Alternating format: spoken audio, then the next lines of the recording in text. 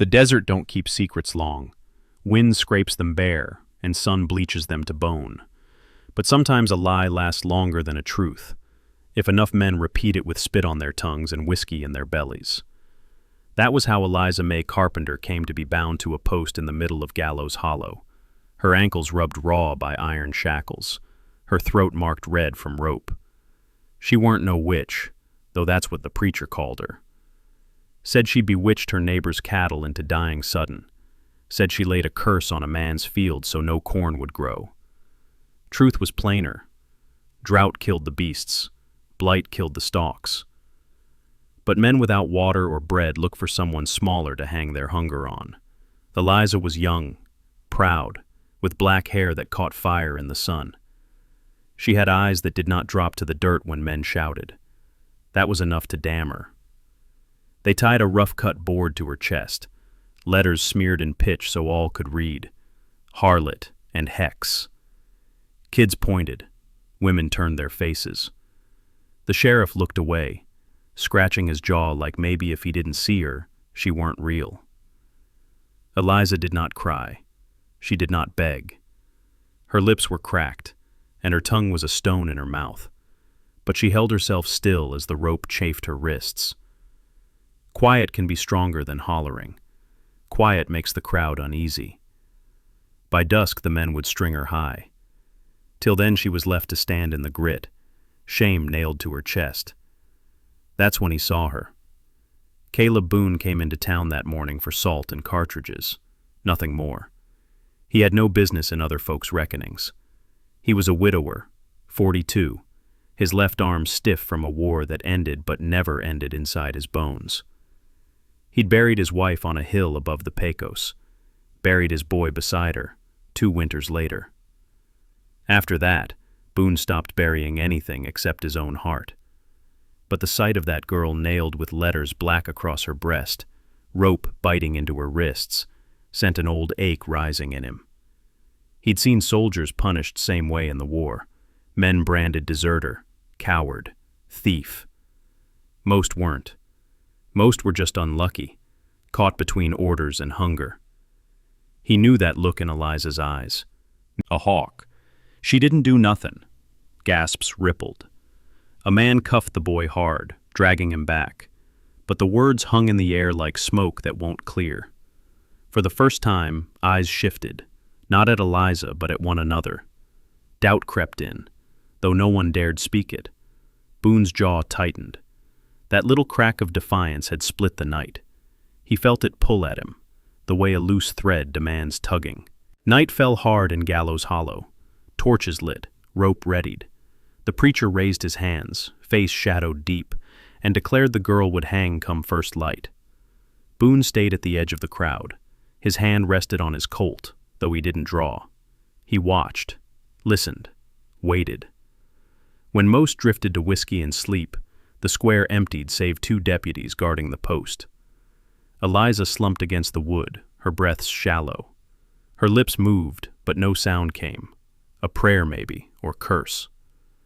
Boone walked slow, like a man without hurry. "Evenin'," he drawled.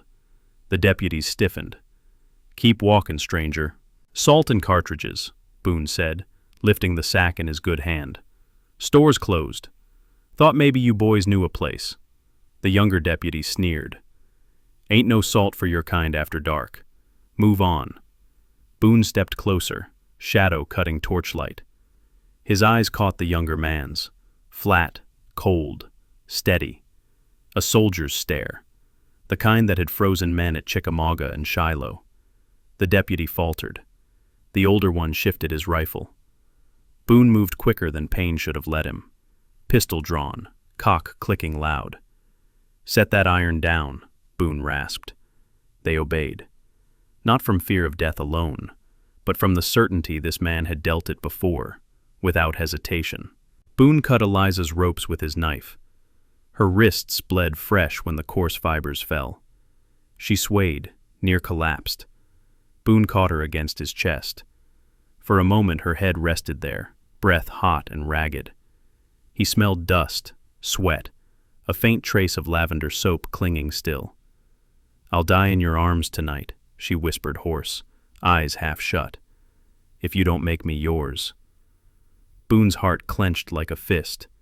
"Not love," said, "but we'll be gone first." Silence stretched. Stars wheeled cold above.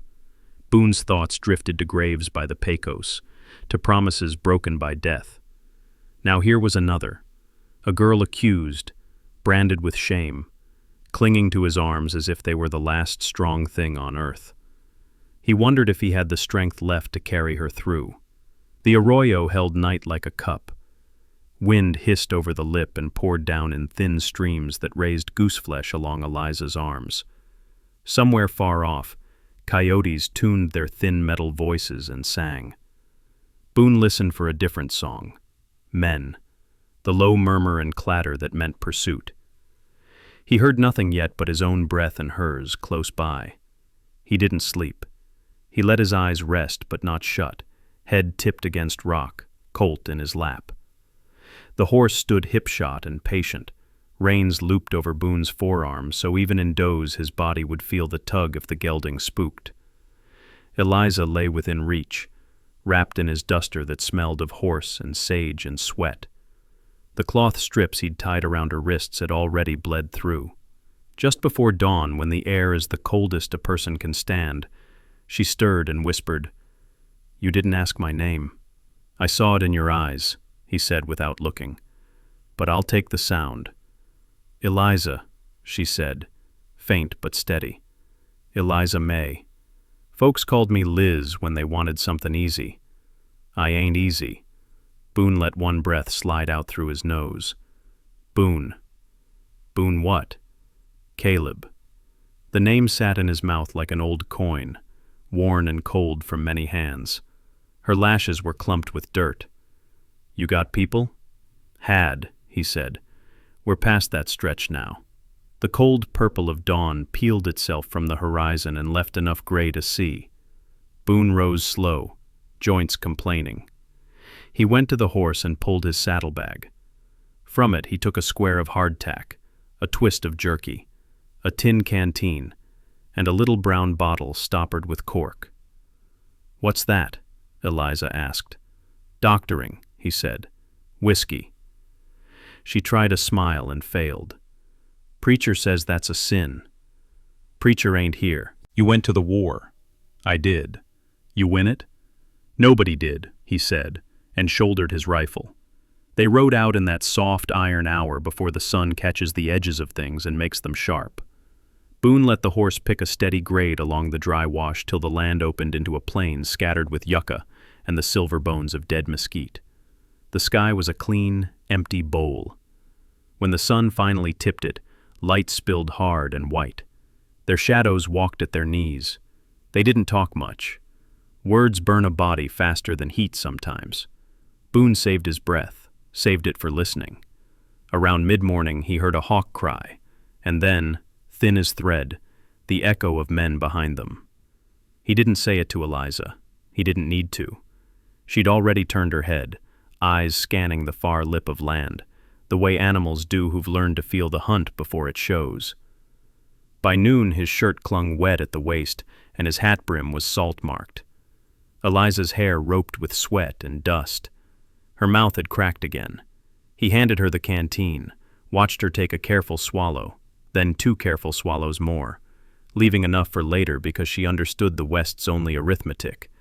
There's what you want, what you need, and what you can have. Pick the last or the other 2 will kill you. "Where we going?" she asked. "North and west," he said. "Cut across the Badlands, swing back toward the river once we shake 'em."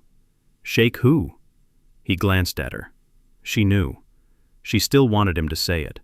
Like speaking a thing pins it down and you can count it. "Town," he said. "Men who think hangin' is a kind of prayer." She was quiet a long while. Then, "They'll bring Reverend Reed. He likes to say the rope does the Lord's fingers work." Boone spat dust. "I seen the Lord. He ain't built like that." "You seen him?" Her voice wasn't mocking. It was almost hungry. "I seen mercy on a field where there weren't no reason for it," Boone said. "That's the only proof I needed." Eliza looked away across the gray land. There ain't much mercy in Gallows Hollow. He let the hollow hang between them a while, imagining its bare few streets, its saloon sign creaking, the preacher's polished shoes, the sheriff's averted eyes. A smear of dust that didn't belong to wind. He'd been a scout once. He knew the difference between weather and men. "We'll cut south into the broken country," he said, speaking low as if sound itself had weight. "There's a place I know where water sits under the shale if you're patient enough to wait for it." "You know a lot of places," she said. "Spent a lot of years with nowhere to go," Boone said. They turned. The land changed slowly the way a face changes after long sickness. At first you don't notice. Then you realize the bones are in different places. The plain became hummocked. Hummocks grew teeth. Teeth became ridges stacked like plates.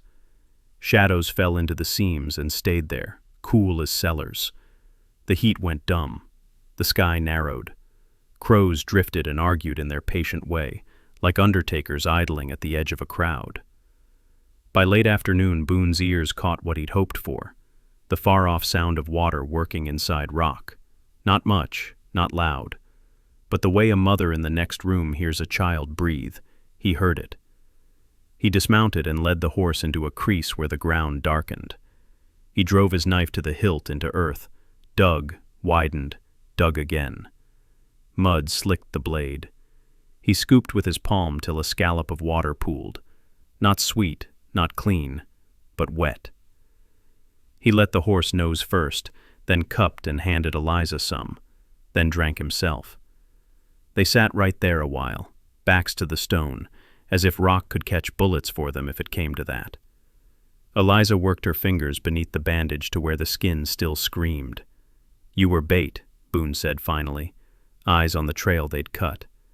"They left you tied to draw a crowd, keep folks' eyes on a spectacle while Reed and his boys laid hasty law. You don't pass sentence before dawn unless you want men's anger to do the signing." "Jed Mallory's hogs died last month," she said. "He said I looked at 'em wrong. Also that I looked at him wrong. He don't like to be looked at all less a person smiles while they do it. I didn't." "Jed bring Reed to it?" "Jed brought the preacher. Preacher brought the book. Book brought the rope." She took a breath that seemed to scrape her insides. "My mama your hands be good," he said. "In some places it is," she said. "Most places where men run short on bread and run long on shame." They didn't hear the first rider till the shadow moved. Boone was already on his knees and sliding to his belly before Eliza knew what his body had decided. He peered over the lip and saw a single figure on a little dun horse, picking careful along the ridge, rifle laid easy across the saddle horn. The man wore a bowler hat that looked out of place this far out. A town man. The dun paused, tossed its head, and the man laid a hand to its neck. Boone could not see his face for the angle, but he knew that hand. Tidy, clever, a lawyer's hand or a gambler's. The man reined the dun to the edge of the crease and looked down at the darkened earth where Boone had dug. His mouth did a little twitch like he'd found a joke inside a prayer. He raised 2 fingers and made a small circle in the air. From behind him, at a distance, 2 more riders showed. They were careful not to bunch. Somebody among them knew how not to die easy. Eliza's breath shortened. Boone put his palm up without looking, quiet. He pushed his hat back and slid to the rear of the crease. There the rock gathered into a stubby wall with a slit behind it where a man could worm through if he weren't too proud. He nodded at it. Eliza hesitated. The slit looked like a throat a rock had forgotten to swallow. "You fit," he said. "I ain't leavin' you. I ain't askin'," he said, and his voice had a tone she'd heard on midwives and lightning, the kind that doesn't bargain. She went feet first. Stone scraped her hips. Dust powdered her tongue. She bit her lip till it bled a little to keep from crying out. Boone came after, shouldering through, dragging the horse's reins to loop them over a scrub juniper snared in the crack.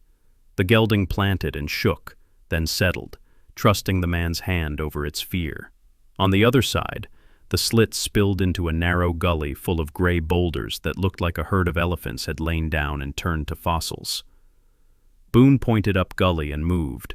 They climbed in a crawl, Twice they froze while a little trickle of pebbles went pattering, loud as buckshot in their own ears.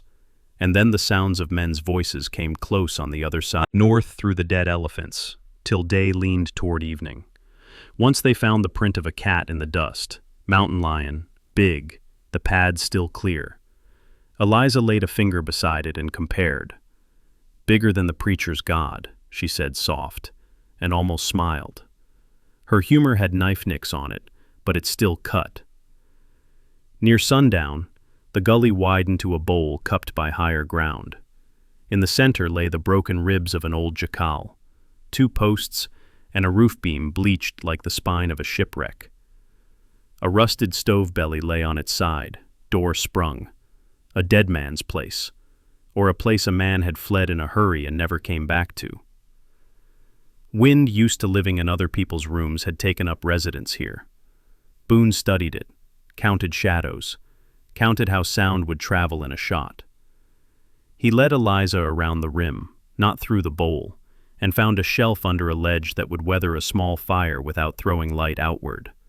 He collected brush with that quiet rapidity of a man who has made many small fires without being found. He struck with flint and steel. The spark caught in milkweed down. Breath coaxed it. A little flame with a small voice spread to twigs, then sticks. The smell of smoke was a kind of home any place a man stood. Eliza held out her hands and trembled and stilled. Boone warmed beans in a battered tin, cut jerky into it with his knife, and the smell rose thick and animal. He set the tin in Eliza's lap and put the spoon in her hand like she'd forgot how to use it. She ate slow, each mouthful a proposition she considered, then accepted. He drank from the whiskey bottle and watched the mouth of the bowl. "Why'd you come back?" she asked around a swallow. "When?" he said. "Last night. Men twice your number, 2 guns on you, and a town itchin' to see a hanging. Why'd you come back and cut me loose?" He was quiet long enough she thought maybe he wouldn't answer. Then he said, "Because the wrong kind of thing was going to be written on the inside of my eyelids if I didn't. And I got enough writing there already." They sat with that. Crickets woke up and tuned. Something big moved down by the old jacal, deer likely. The moon lifted its scar for it, took eggs sometimes, took stories. She's in the ground past the cottonwoods. Folks don't come at night now. They come in the morning with stones. Or they did. Till yesterday, Boone grunted. The sound meant grief inside a man who had chewed it till it lost its flavor, and still it never dissolved. He shifted and his boot heel nudged something under the dust. He reached and lifted it, a weathered plank, splintered at one end. Letters ghosted it in old black pitch. H-O-U-S-E. The rest was lost. He thought of the board tied to Eliza's chest, letters that shouted something smaller than she was. "Hand me that," she said. He passed it. She stared at the ghost letters with a look that was not quite hate. "House," she said. Somebody's home turned to kindling. She stood, went to the fire, and fed the plank slow into it. The black ghost letters crisped and curled. The flames took them, chewed, pronounced nothing. She held her palms out and warmed them over the hiss of pitch. "That board they put on me," she said. "It weren't a thing I could burn. A thing I could burn might not have burned so hard inside." Boone reached into his saddlebag and pulled something wrapped in kerchief. He had not meant to take it, not at first. But when he'd cut her loose, the board had swung and hit his chest like a dumb animal. He'd yanked it free, as if taking it would change a fraction of what it had done. Now he unwrapped it, the rough-cut sign from Gallows Hollow, pitch letters clean and ugly, harlot and hex. Eliza didn't move at first. Then her jaw worked and her throat clicked and she reached. She held it in both hands like holding a weight her bones recognized. She did not feed it to the fire. "Later," she said. "Not till I say." Boone nodded once. Her choice. What's burned and what's kept is a woman's law, and a man's too, if he remembers he's human. They lay under the ledge the rest of the night with the fire knocked to coals and then pinched out. Boone slept in the choppy way of old soldiers, fell, surfaced, fell, each time waking with his hand already where it needed to be. Eliza slept the way the hunted sleep, a little, in pieces, and still great depending on who needed damning. They fanned slow. Finch slid from the saddle and knelt to touch the dirt, then the old stove belly, then the ash and the jacal hearth. He held the cold gray on his fingers and sniffed like a dog pretending to be a man. Murdoch circled toward the ledge. Reed stayed easy, thumbs hooked in his vest, scanning without seeming to. He looked up toward the shelf where Boone and Eliza had slept. He looked long, but not quite far enough. Boone liked him less for not being a fool. Murdoch spat. They rabbited. Reed smiled his little court smile. Or they think we think that. Folks who flee often make circles and call 'em lines. His horse pawed the dusty ground, shook its head once. He patted its neck the way he'd pat a woman's wrist. They'll head to water sooner than later, Reed said. Sin thirsts like any mortal thing. We'll ride the dry places. We'll be where relief becomes surrender. Finch glanced up at the ledge. His eyes slid past and then flicked back like a crow that's smarter than it looks. Boone's finger tightened on the Colt's trigger. A small sound broke the tension. Not a cry, not a gun cock. A clop, delicate as a lady's spoon against porcelain. All three men turned. Down in the bowl, on the far lip, a mule stood. It was gray, with a cross down its back like some animals get marked at birth. The mule looked at the men. It did not move. Mules stand when they have a mind to. Mules obey something older than spurs. The animal's refusal to step aside made the three horses fuss, step sideways, chuff. Reed's smile thinned. Move the beast, Finch. Finch clucked and tugged, and the mule stared at him with eyes like old pennies that had sat in pockets too long. It still did not move. Murdoch swore. Shoot the damned... Reed lifted a palm. No. He breathed and turned his horse, and chose another way around the lip. The mule took 2 steps then, and planted where Reed had wished to go next as well. Men will say mules are stubborn. Others will say mules are saints. Both might be true. The animal stood there and refused, and that refusal drew the men's eyes. And while their eyes were taken, Boone and Eliza slid backward along the shelf. Boone tasted the air and smelled alkali. Playa, he said. Looks like water and ain't. Like a man who smiles when he steals, Eliza said. We'll skirt it, he said, and did. Around the playa the ground wore a crust that spidered underfoot. 3 times the horse broke through to powder, and snorted and swore in horse language. Eliza slid off to walk to spare him, feet sinking, dust coating her toes like flour. The sun hammered. Her head wobbled once and she caught herself on Boone's stirrup. They came to a stand of cottonwoods in a shallow swale that told truth for once. There was water under them, not much, but some.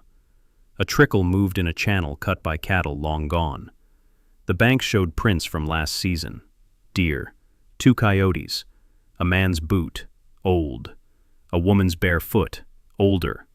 Boone let the horse drink, then filled the canteen and set Eliza down on the shaded bank where the ground was cool if you dug your fingers in. Rest, he said. She looked at him, then at his face, and then at the part of his face he didn't let move much. You ain't fine, she said.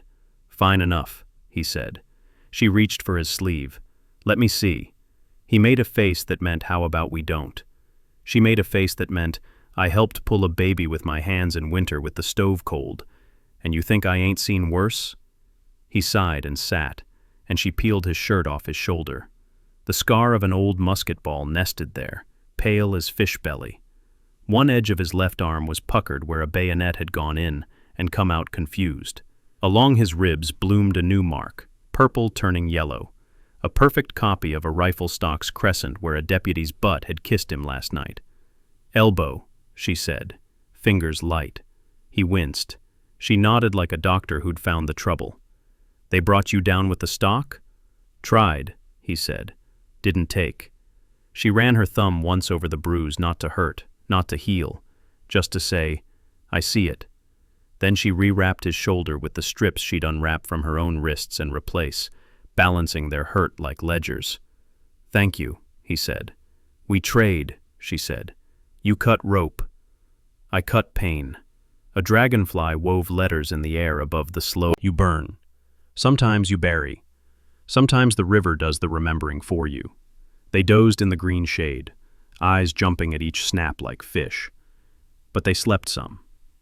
When they woke, the light had tilted, and a thin cloud line had gathered in the west, gray as a herd of buffalo way off. Boone listened and heard nothing man-made. He stood, stretched, and tied down what needed tying. "Where to now?" Eliza asked. "There's an old mission west," he said. "Roof gone, stones still standing. If we can reach it by dark, its walls can keep wind off. And talk inside a small place is an honest thing. We might need honest talk before this is done." "What kind?" she asked. "The kind about whether we run forever," he said, "or turn and break the man who holds the rope." Eliza stood, shook dirt from her skirt, the gesture of a woman refusing to carry more soil than she has to, and slung the coat with the sign inside over her shoulders. "I ain't a rope," she said. "No," Boone said, "you ain't." They set out as the sun began its slow drop. The land rolled under them in old, patient swells. Somewhere behind, too far to hear now, 3 men with their own brand of patience mapped a circle that called itself a line. Between them and those men lay a mule with a cross on its back, and a strange sense of where a man means to go.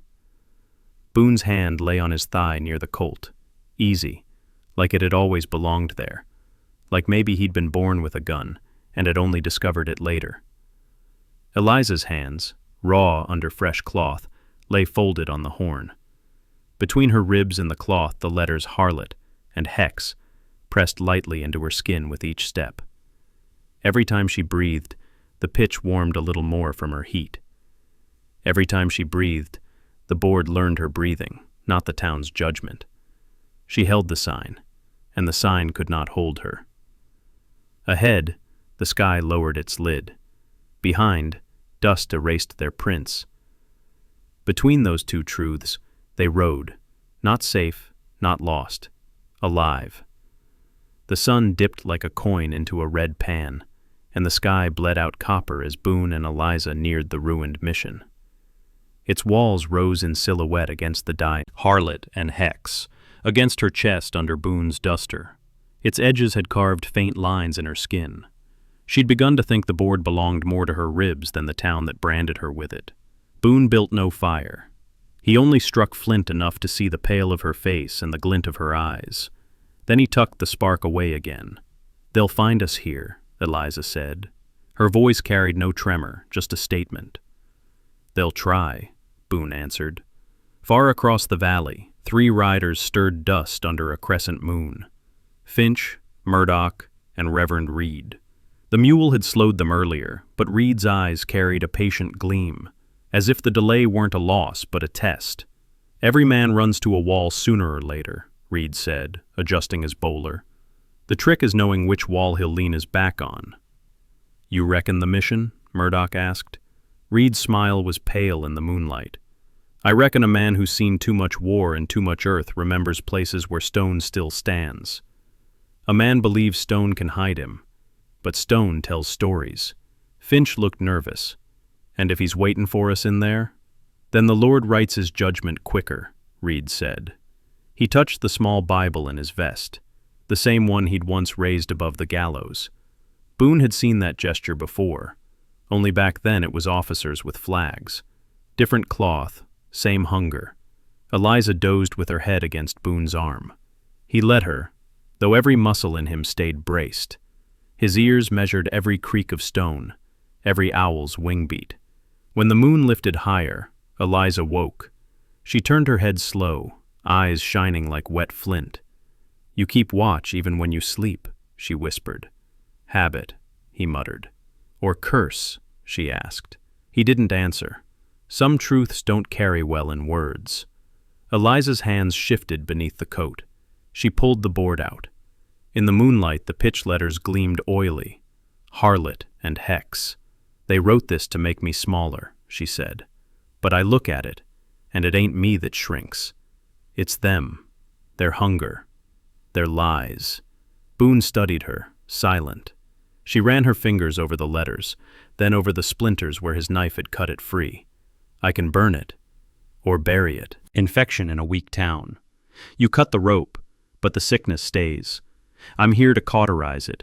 Step aside, soldier. You know how it feels to lose battles that weren't yours to fight."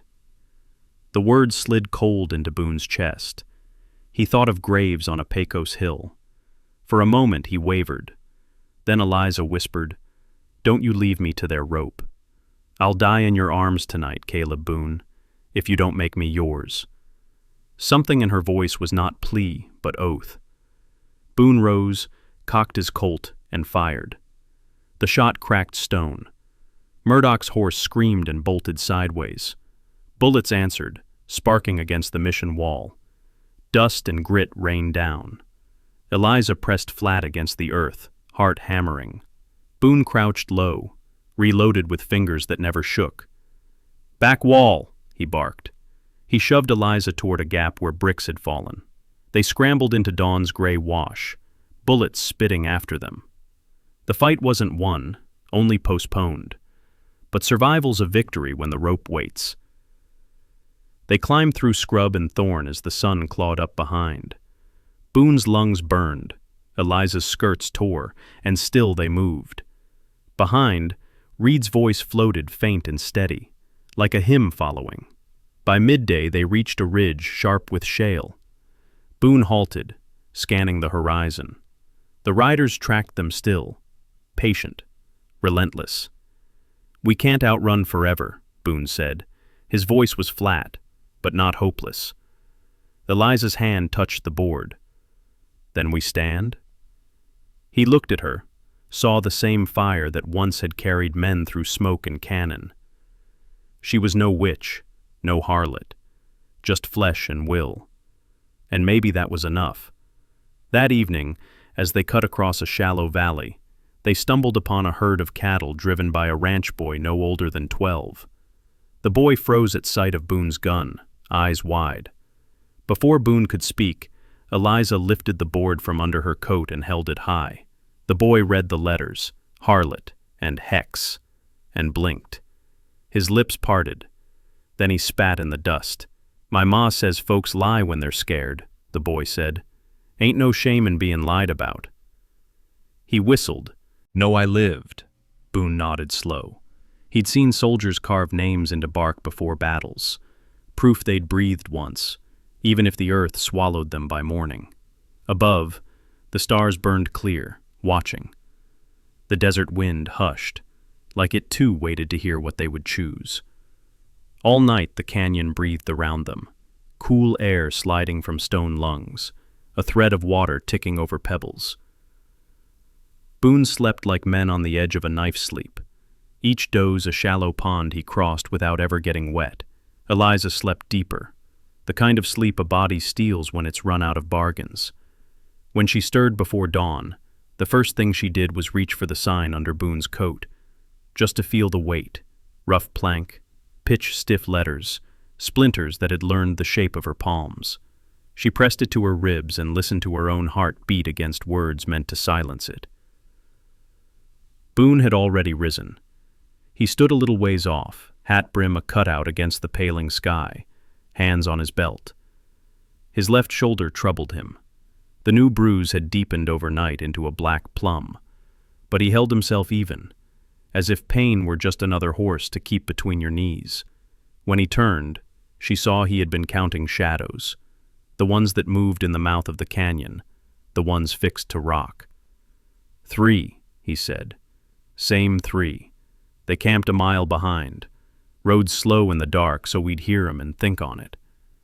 Reed likes a mind to soften before he steps in. I don't soften, Eliza said, but her voice was quiet.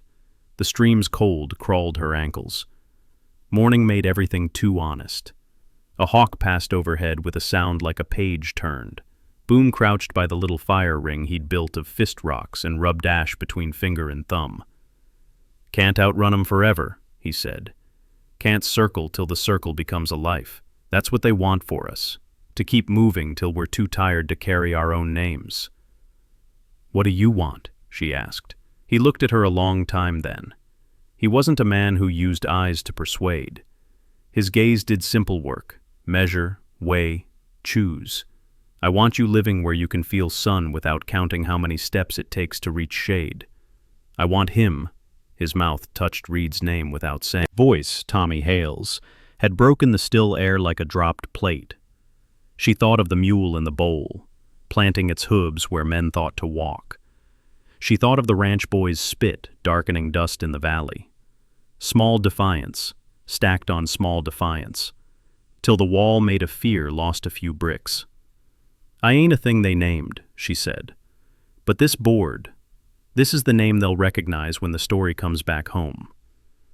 If I burn it now, it's just fire no one sees. If I keep it, maybe I decide what it means. Boone nodded. He took his knife and shaved 3 curls from the plank's edge. They fell like brittle petals. He tucked them into a twist of paper. For later, he said. They ate dry bread softened with stream water.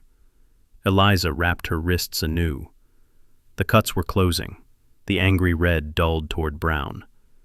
Rope burns learn the color of old pennies. They don't disappear. They turn into weather a body wears. She touched the ridges and didn't flinch. By full morning, the canyon mouth brightened, and the day's heat stepped in. That's when they heard the horses. No rush, steady. Men who thought time itself was on their side. Boone rose and rolled his shoulders once to set bones the way he liked. He checked his Colt, checked the Springfield he'd carried since a government quartermaster forgot to ask for it back. He handed Eliza the rifle. I can shoot, she said, but I ain't fine at it. You don't need fine, he said. You need honest. Honest aim is steady breath and doing the simple thing when your hands want to do the wrong one. And you? I'll move, he said. Their eyes will follow what moves. Your breath will do the rest. They made no grand plan. Plans go brittle when they try to cover the whole shape of fear. Instead, they chose a piece of rock that gave Boone a place to slide without showing himself more than a shoulder, and Eliza a notch to cover with the rifle barrel where the canyon neck pinched. The trickle of water talked soft to itself. An ant dragged a mothwing over pebbles like a pale flag. Reed came first, bowler hat neat, vest brushed, face bright in the way a man's face gets when he believes God's shadow leans his way. Murdoch fingers tightened on the rifle stock. Heat flushed her neck. She remembered how it felt when the board knocked against her collarbone with each breath, turning breathing into work. She stood, slow, into the angle of light where Reed could see her. She held the rifle steady with both hands. The board lay against the rock behind her, shadow on shadow. You want this sign? She said. Her voice flew farther than she thought it would. Come take it. Murdoch raised his own rifle. Reed didn't. He tilted his head, as if admiring a wildflower he'd never seen. You look strong, Miss Carpenter, he said. Sin lends a body a certain shine at first. Boone slid to the right, slight as a lizard shadow. Reed's horse flicked an ear. Finch licked dry lips and nudged his mount a step. Hold, Reed said, not looking back. Let the soldier bow himself tidy. He'll want us to think the girl is the blade, but he's the hand. Cut the hand, the blade drops. Boone's foot touched grit, and the sound was nothing, but it found Finch anyway. The boy swung his barrel too hard, trying to be quick. Boone fired first. Finch's hat jumped a foot off his head and sailed. The boy froze, hair bright like a wheat field under the blast, then scrambled back with a yelp he tried to swallow into man sound. Murdoch fired at the angle Boone had moved from 2 heartbeats ago. Stone spat chips into sunlight. Eliza's breath steadied. She squinted, saw Reed's hand on his reins, saw the delicate wrist bones that had never known honest work. She aimed low. She remembered Boone's words about simple things, and squeezed. Reed's horse screamed, not mortally, enough to lurch. The Reverend's pretty balance went crooked. His eyes flashed white, and for the first time, something like heatless fear flickered in him. The fear of a man who can't believe his floor has moved. Boone rose and fired into Murdoch's rifle, not the man. Wood leapt in splinters. Murdoch's gun clanged against stone and he cussed, grabbing for a second he didn't have. Boone could have put a bullet through his lungs then, but he didn't. He wasn't done measuring. "Stop," Reed snapped, voice slicing. His horse danced, front hooves striking sparks from rock. "It makes you feel big. But a word ain't a woman. I carry this now because you thought it'd carry me. It don't. I decide if it burns. I decide if it lives. You don't get to hold both ends of the rope." Reed's smile shrank till it looked like a scar. "You mistake me," he said. "I'm not angry at you. I'm a servant of order. I only dislike what your existence does to weak men." "Then maybe it's the men need the rope," Boone said. Something shifted then. Not stone, not light. It was the small click a mind makes when a gear slips and finds a new tooth. Finch's eyes, which had been darting between Reed and Boone like a pup figuring which hand held meat and which held the switch, settled for a beat on Eliza's wrists. He saw how the cloth had been wrapped, not haphazard, not panicked. Someone had tended her. He saw Boone's shoulder, fresh bruise, old scar. He saw Reed's gloves, soft goatskin, no sweat. "Preacher," Finch said, voice cracked and young again. "You said she killed Jed Mallory's hogs with a look. Jed fed them swill till they near turned green." "Mind your tongue," Reed hissed, not turning. Finch swallowed. "I got eyes," he said softer. "I ain't your rope." Murdoch cut his gaze to the boy, then to Reed. He had been furniture in a courthouse long enough to know when a building creaks before it falls. He slid his boot a hair, as if to free it from sticky mud. Maybe from a long habit of getting out from under things a second before they topple. Reed felt it too. Control is a rope a man thinks he braided himself. It burns him most when it catches fire at the end he isn't holding. "You'll hang for the man you shot in town," Reed said to Boone, voice cold now. "Law don't care if a bullet finds a hat or a heart. Law cares who dared the first shot." Boone tipped his head once, as if acknowledging a card turned. "I shot Wood," he said. "You aimed for bone." Silence. The kind that makes a canyon audible. Somewhere far off, a rock rabbit thumped. The water ticked its unbothered clock. Eliza lifted the board higher and then, with a motion that startled even Boone, she slammed it edge on into the face of a flat stone and cracked it. Reed stared, hands gripping reins, the leather creaking. "Blasphemy has a smell," he said. "Truth, too," Eliza said. Her eyes watered but didn't break. When the last of the letters curled and lifted like burned moths, she turned the board and seared the raw edge, sealing it against future rot. Then she laid the charred half beside the other bathing in stream water. She looked at Boone. "Bury or keep?" she asked. "Both," he said. Boone walked down into the open then, not quick, not slow. He showed his empty hand, the other resting near his belt but not on iron. He stopped at the trickle and dug with his fingers at a soft place. He set the wet half deep into mud and stone and tamped it with the side of his fist till water licked its smooth face like a tongue. It looked like a tablet in a poor church, waiting for a name. Eliza brought the charred half and knelt opposite him. Together, without speech, they fitted the two edges so the break kissed again, not perfect, not clean.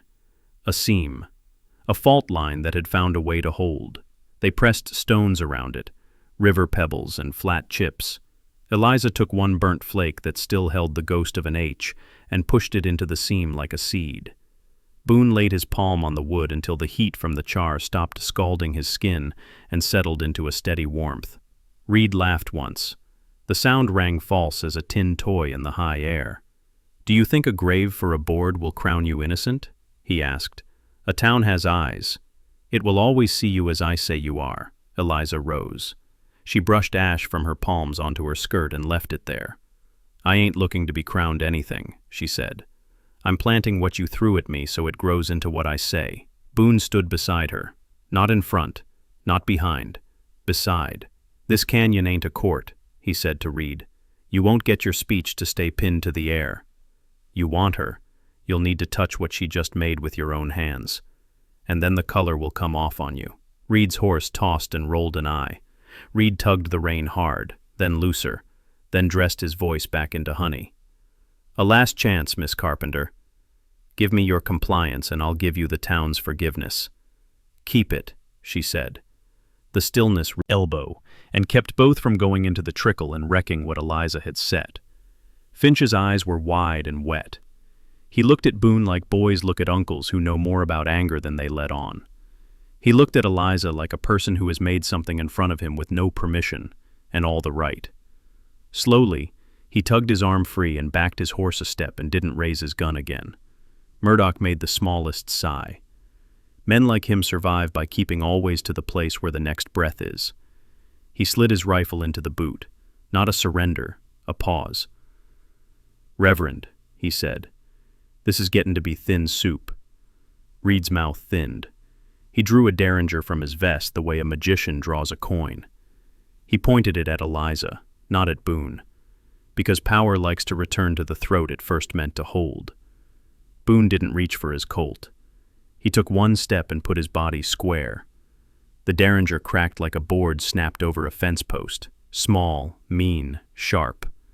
The bullet grazed Boone's left forearm, plowing a red furrow and painting the old scar bright. He didn't flinch. He raised his palm, a slow, ordinary human open, and placed it against the derringer's barrel and pushed it sideways. Reed fired again because men who lose a first shot to a simple gesture fire again out of shame more than tactic. The second round whined into stone. Boone's open hand stayed steady on the little gun until Reed's wrist trembled. "Enough," Boone said, not loud. Not a command a man trains himself to obey. Just the right size for the space it filled. Reed jerked back.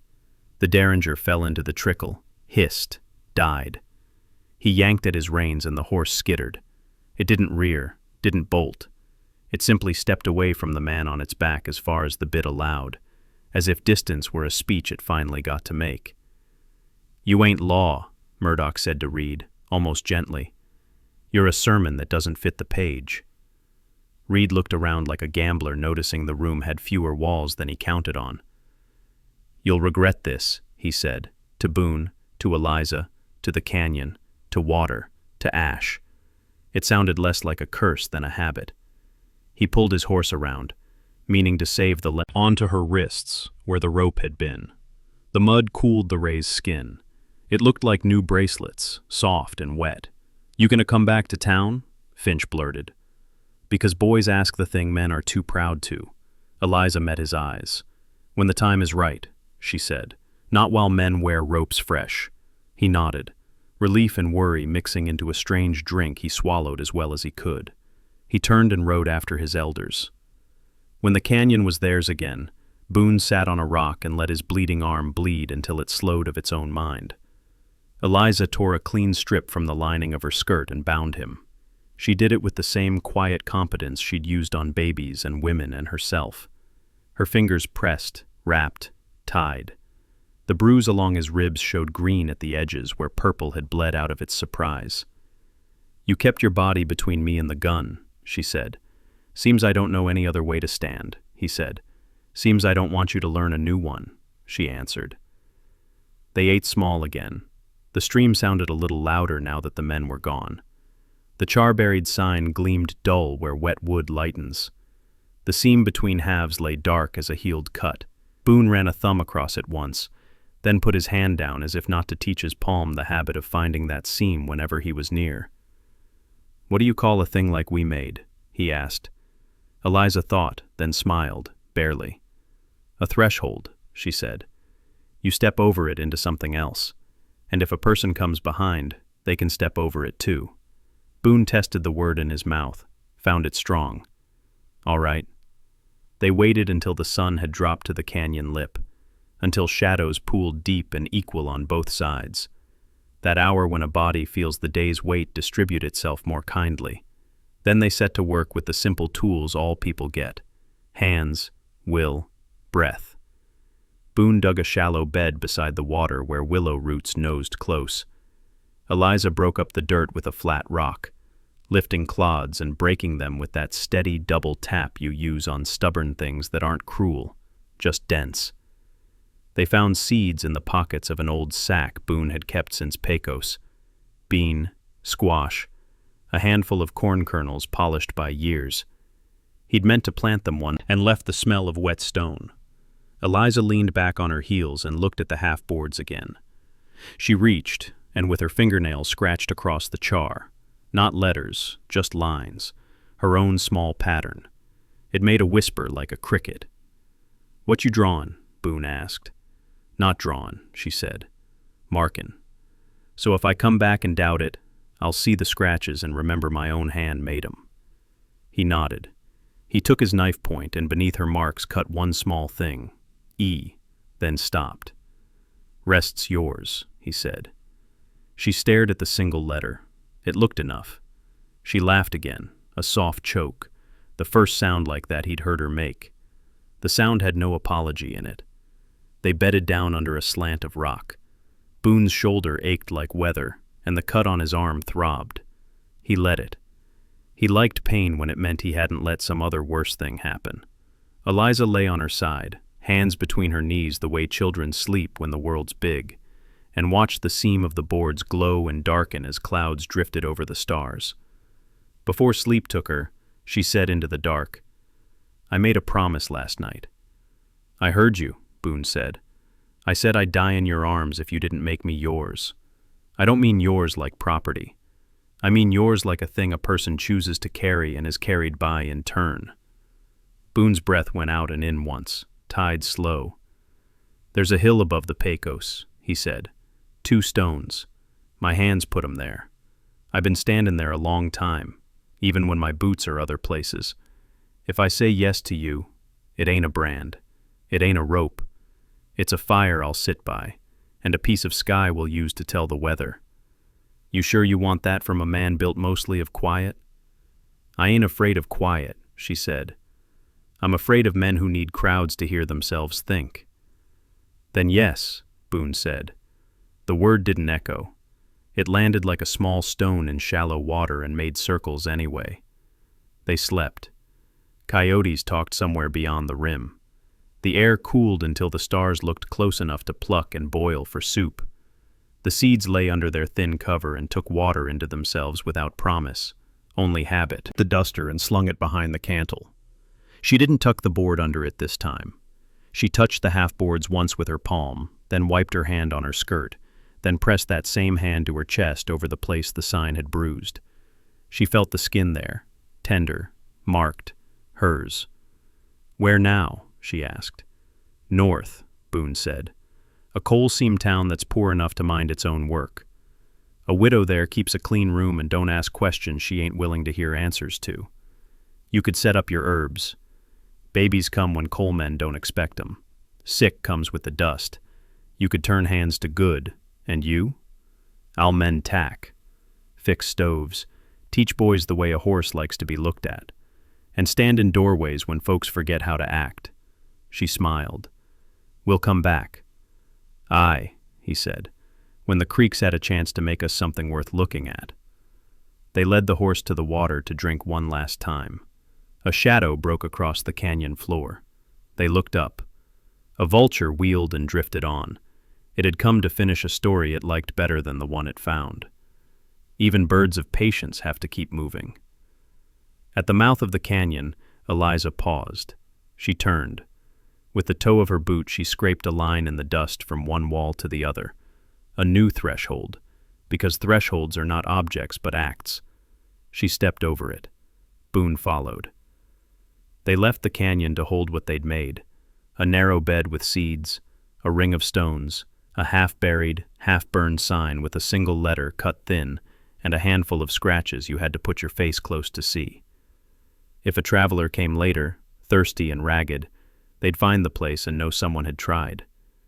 Maybe water would speak louder. Maybe beans would climb a string of willow twigs and dangle little green promises. Maybe not. Not all work ripens. but the seam in the wood would still be there, and the stones still warmed by any sun that chose to climb. They rode without hurry for the first time since the square in Gallows Hollow. Dust hung off the gelding's hocks the way lace hangs off a poor girl's Sunday dress. Yeah, stubborn. Pretty if you want it to be. Around noon, a jackrabbit loped across their path and stopped and looked. Fever's laces. I can burn a lie to ash. I can plant, that'll do, he said, and his voice had in it something like sleep after years awake. They rode on under a sky that had decided to be kind for an hour. Ducks stitched a small line far off, heading toward water they trusted without seeing. The hills stood at their work of being hills. Boone's shoulder hurt less in that light. Eliza's breath came steady. Behind them, in the canyon, if a body had come near at sundown and crouched, they might have heard the faintest sound. Not river, not wind. A seed's first skin loosening. A root deciding which way is down. They say a town is made by the size of its church, or the shine on the sheriff's star. I've seen churches with roofs neat as a hat box, and stars polished by men with empty hands. I've also seen a little garden near a trickle of water where a woman scratched marks in char, and a man put his palm on wood till heat learned to be gentle. You can decide which one you'll carry, campfire to campfire. The question ain't who you'd hang. It's what you'll plant when the rope's been cut, and whether you've got it in you to stand quiet beside it while it learns to grow.